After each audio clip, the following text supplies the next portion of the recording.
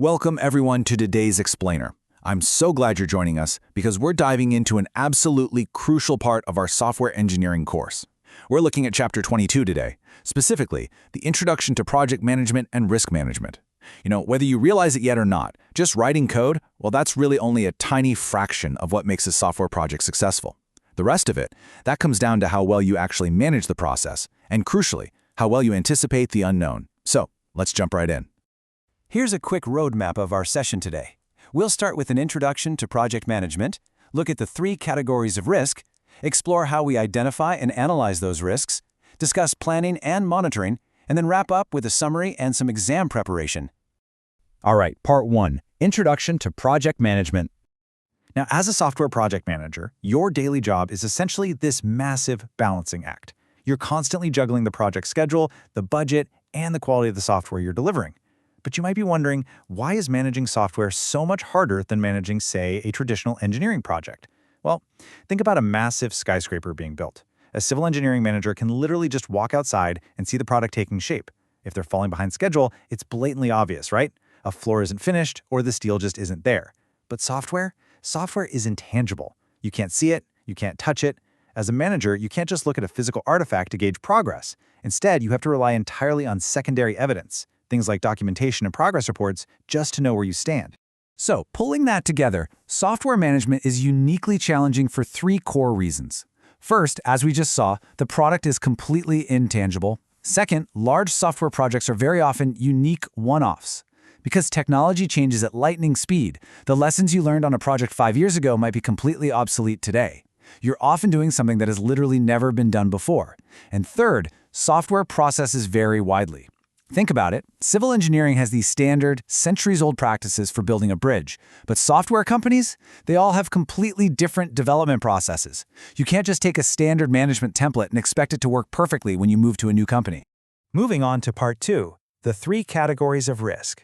Because of all that uncertainty we just talked about, things are going to go wrong. It's inevitable. So to deal with this, let's start with a really clear foundational definition. What exactly is a risk? Well, simply put, a risk is something that you would prefer not to have happen. It's a potential problem. And if it does happen, it might threaten the project timeline, the quality of the software itself, or even the entire organization building it. Now, how do we make sense of all these potential problems? We actually classify these threats into 3 main buckets, based entirely on what they affect. First up, we have project risks. These directly affect the schedule or the resources. For example, if you lose a key engineer halfway through development, that's a project risk because it's going to significantly delay your timeline. Second, we have product risks. These affect the quality or the performance of the actual software. So if a component you bought from a third-party vendor turns out to be way too slow, the final software product is going to suffer. That's a product risk. And finally, business risks.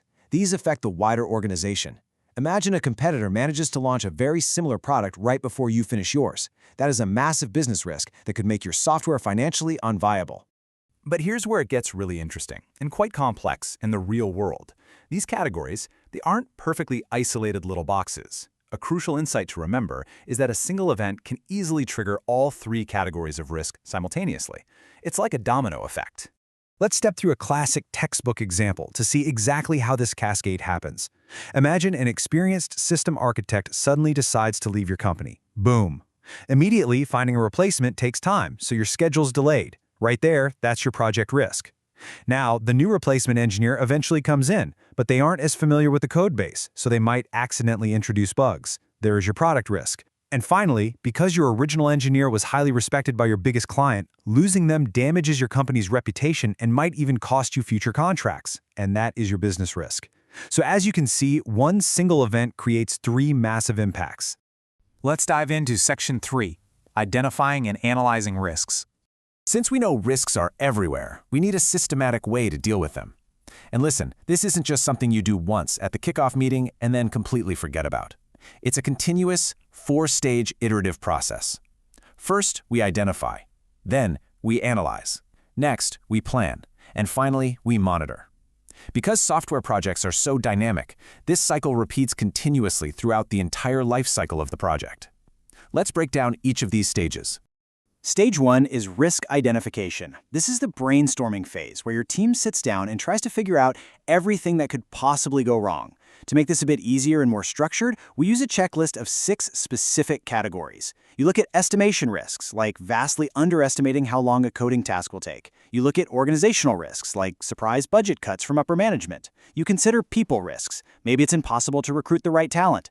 Then there are requirements risks, where the client completely changes their mind halfway through. And finally, technology and tools risks, such as a database running too slow or your new development software severely underperforming.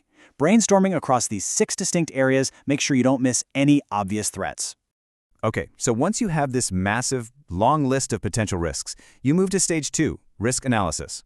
Obviously, you can't actively manage 100 different risks at once, so you absolutely have to prioritize. For every single risk on your list, you judge its probability, meaning how likely is it to happen, from insignificant to very high.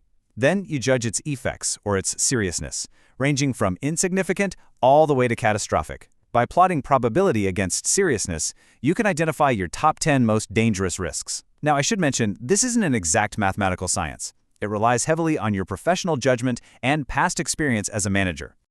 Next up, Section 4, Planning and Monitoring Risks. Now that we've pinpointed our top threats, we have to actually do something about them. This brings us to Stage 3, risk planning. I want you to pay close attention here because this is a crucial exam concept. For your top risks, you need to develop a strategy, and these strategies will always fall into one of 3 distinct categories. First is avoidance. This means restructuring your project so the risk literally cannot happen at all. Second is minimization. If you can't completely avoid the risk, you take steps to reduce the impact if it does happen.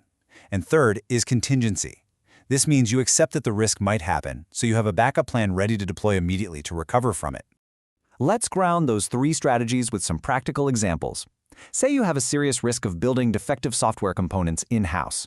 An avoidance strategy would be to simply buy reliable, pre-tested parts from a vendor instead of trying to build them yourself. Problem avoided. But what about the risk of staff illness? Well, you can't avoid people getting sick, so you use minimization by cross-training your team. That way, if one person is ill, someone else already knows how to do their job, which minimizes the disruption. Finally, imagine the risk of unexpected financial problems at your organization. You can't control the broader economy, so you use contingency. You prepare a really strong briefing document well in advance that proves your project's value. That way, you're ready to present it to senior management the second budget cuts are even threatened. That leads us to the final stage, risk monitoring. This is the continuous process of checking to see if any of your risks are becoming more likely, and you do this by watching for specific indicators. For example, if you're worried about people risks, you should closely monitor staff morale. If you're concerned about requirements risks, you need to track the volume of customer change requests coming in. Or if your developers are constantly complaining about a new compiler or refusing to use it, well, that's a glaring indicator of a tools risk. As a manager, you'll be assessing these early warning signs at every single management review.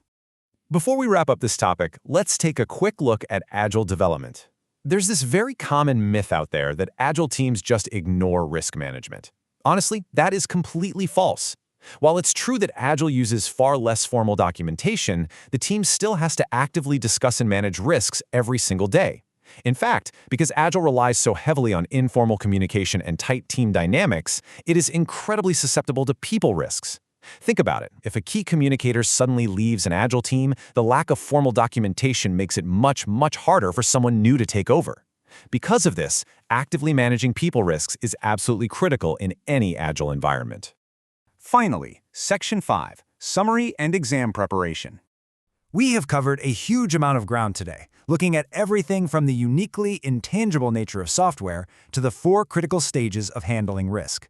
To pull it all together, risk management is ultimately what keeps your project stable in a very unstable world. We start by brainstorming threats, we analyze them to figure out which are the most dangerous, we plan our strategies to avoid, minimize, or recover from them, and then we constantly monitor our environment for early warning signs.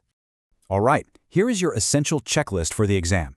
First, make sure you can explain exactly why software management is unique, particularly focusing on that concept of intangibility. Second, remember the 3 categories of risk: project, product, and business, and be ready to provide examples for each. Third, memorize the 4 iterative stages: identify, analyze, plan, and monitor. Fourth, be absolutely sure you can clearly differentiate between avoidance, minimization, and contingency strategies. And finally, take note of how heavily people risks featured in today's session. That actually leads us perfectly into our next chapter, where we'll be diving deep into managing people and teamwork. I want to leave you with one final, very pragmatic thought for today. Good risk management doesn't mean bad things won't happen. It means you aren't surprised when they do. As professional software engineers, you can't magically control the future, but you can absolutely prepare for it. So, think about the coding projects you are working on right now. What is your biggest unmanaged risk? And what are you going to do about it today? Thank you so much for your focus, and I will see you in the next explainer.